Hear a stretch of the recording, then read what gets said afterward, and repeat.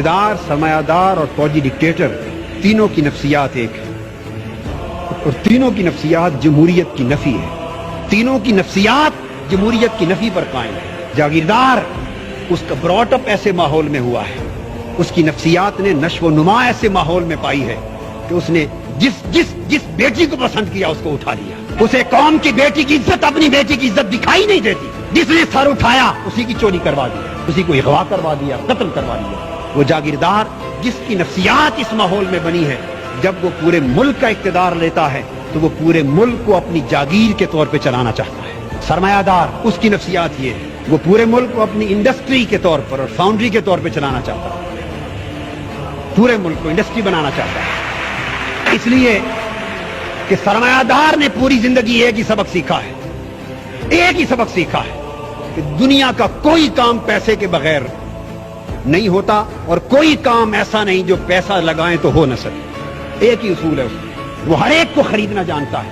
एक चपरासी से लेकर बिजली की लाइनमैन तक, एक आईटीओ से लेकर इनकम टैक्स के कमिश्नर तक, उसने हर एक को पैसे से खरीदना सीखा है। जब वो मुल्क के इक़्तिदार पे आता है, वो सारे इदारे पैसे से खरीदना चाहता है, उससे पूरे के पूरे मुल्क का सिस्टम तबाह बर्बाद होता है।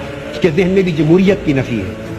और फौजी डिक्टेटर, उसने भी जिंदगी भर एक ही बात सीखी है कि जो हुक्म दूं आगे नो की किसी को जुर्रत ना हो। जब वो इक़्तिदार पर आता है तो वो पूरे मुल्क को बटालियन की तरह चलाना चाहता है।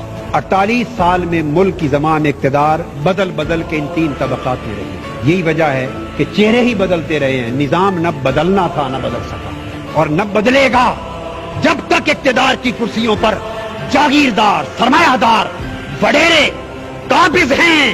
उस वक्त तक इस मुल्क की तकदीर, इस मुल्क का निजाम, इस मुल्क के गरीब का मुकद्दर कभी बदल नहीं सकता।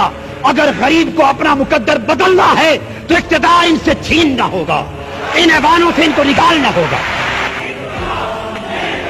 इनकलाब नारों से भी नहीं आएगा, इनकलाब खून मांगता है, खून मांगता है, इनकलाब कुर्बानियां मांगता है।